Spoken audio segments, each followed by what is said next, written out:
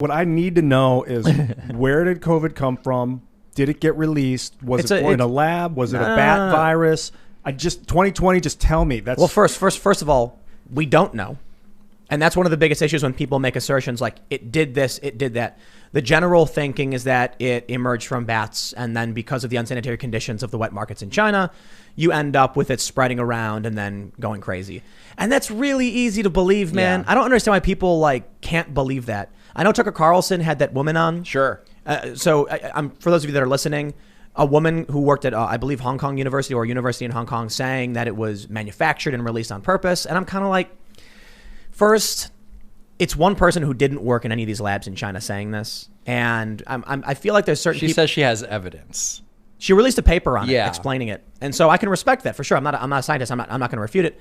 I'm just saying it's really easy to believe that the horrifying human rights abuses and unsanitary conditions of China and their pollution problems, I'm sure they got all kinds of crazy diseases, man. Like you'll go there and you'll walk out with 17 new plagues or something.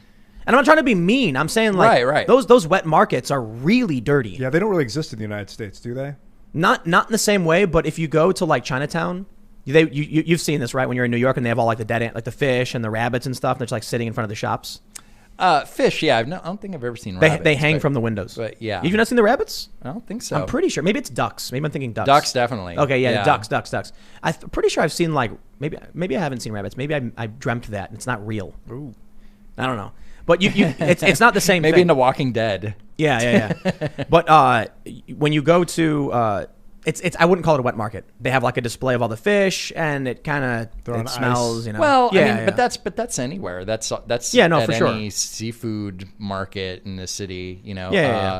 But yeah, I mean, and there's definitely. I think it's probably regulated a little bit more. It's probably a lot more sanitary than in China. I would think. I'm guessing. I've never been to China. Are you guys familiar with putrescine and cadaverine? No, what is that? They're two chemicals that basically digest meat, and they break it down and they make the putrid, cadaverous Putrescine? smell. Yeah. Is that what it's called? Isn't this crazy that stuff's real? And no way. It's not mainstream known to people. But yeah, it grows on meat. I don't believe you. Check it out, dude. Putrescine and cadaverine. No way. Totally. Is that real? I will look it up. It does sound right, though. Really? Ooh, Cadaverine. Wow. That's what makes, that's that black rock. Click on the draw.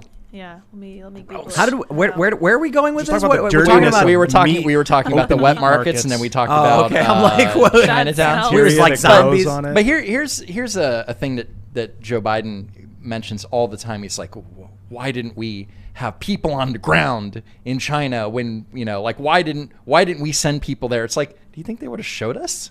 Really? Yeah. What would we have found? I don't think we would have found anything. They'd bring us to their Potemkin wet markets where everyone's wearing a chef suit and they're doing song and dance and everything's in a refrigerator. Do you think they would have taken us to if we would have said, okay, wet market, maybe it happened here, but you got that lab down the street too. Yeah, I know. So can we check that out? Do you think they would have said, right this way, sir? Yes. I don't think I do. so. No, I do. But they would be right this way, and then they would walk people, and then they would come to this hole. It would look like a door. Yeah. And then when they walk through it, two guys are holding up a painting. Yes. Of and then they run away, and it's actually a pub. So they tricked the people into thinking they're walking into the lab, and then inside, it's a bunch of actors. I'm half kidding, but I think they would have been oh yes, we'll show you the lab, and it's already been purged of everything. Just right, yeah, they trash would have everything. Time. Yeah, exactly. Didn't they supposedly destroy evidence? Anyway, didn't they destroy papers? I don't know for sure, but I know there was major flooding sweeping the area, and people were worried I think the flooding was hitting Wuhan, was it? So the other thing interesting that's been happening is that they've had a lot of explosions there in Wuhan. What? Yeah, they have. I've read multiple instances of gigantic explosions in Wuhan, and I don't have them pulled up for anything, but yeah, that was really interesting to me. That's what's going on over there.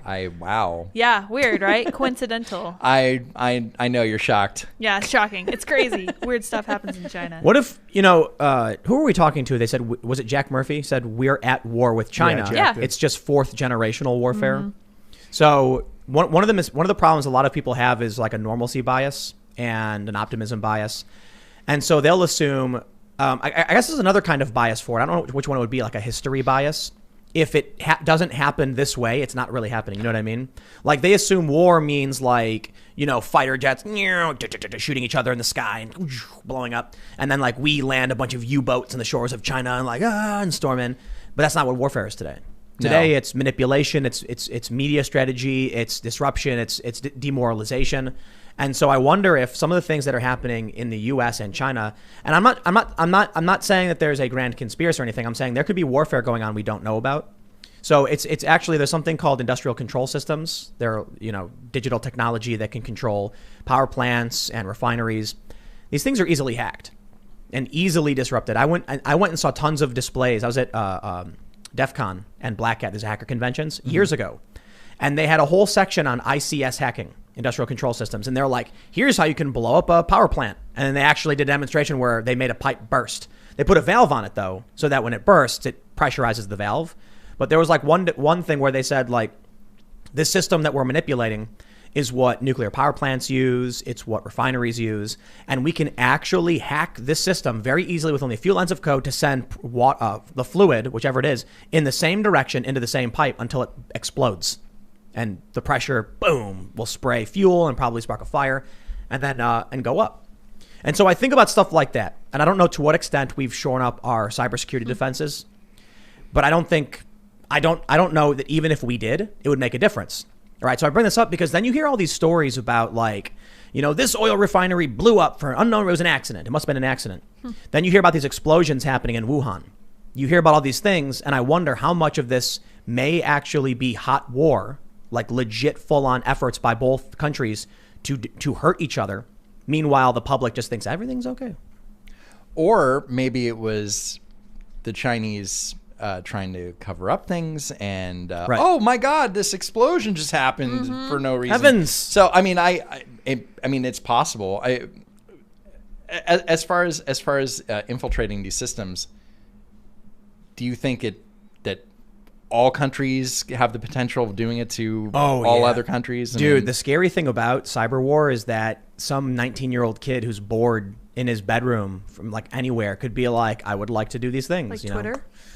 Yeah. So like when Twitter got hacked, there was the Associated Press got hacked and they tweeted that they were hacked. Right. Yeah. Oh no, from the kid. Yeah, that's right. Yeah. Well, so this was, but this it was years kind of ago. an inside job, right?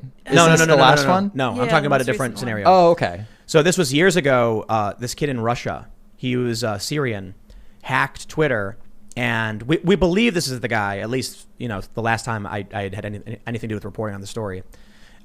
He was just some college kid. I believe he was in Moscow, and he tweeted that Obama had been injured in an attack on the White House, and it caused a stock drop off of like $4 billion. And then within 5 minutes, once it was realized it was fake, it rebounded. What people don't realize is that was a dramatic and massive transfer of wealth in only a few minutes. When the stock got sold off because of the cyber attack, that was person A selling and losing the asset. And then when it rebounded and went right back up, that was person B. Get it? Different people were getting rid of.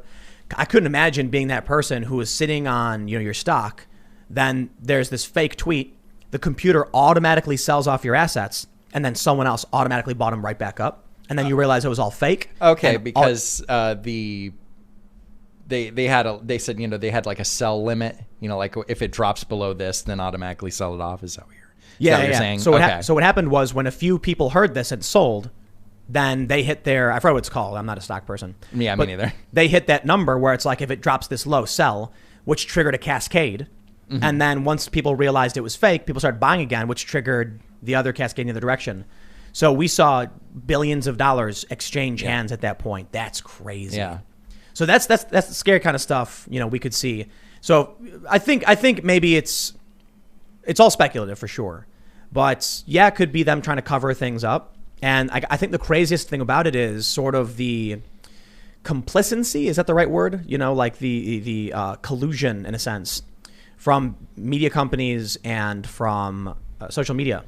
So, for example, what I mean is when Tucker Carlson has a woman on who says, I've written a paper and I have evidence that this was made in a lab, I say, prove it. I don't care. I get it. You're a professor. Prove it. Instagram blocked it saying it was fake news. Why? And the links So when Facebook or Instagram says it's fake news, you can click it and says, see why. The stories had nothing to do with Tucker Carlson or his whistleblower. Right. It had it. If I remember correctly, Tucker said that some of the examples were written well before the paper was published. So that's. I know. Yeah. It's. Oof. I noticed something really interesting. It's scary how they can control these things. But why is it that way? Because I don't think there's a grand, architect controlling the machine. Wahaha.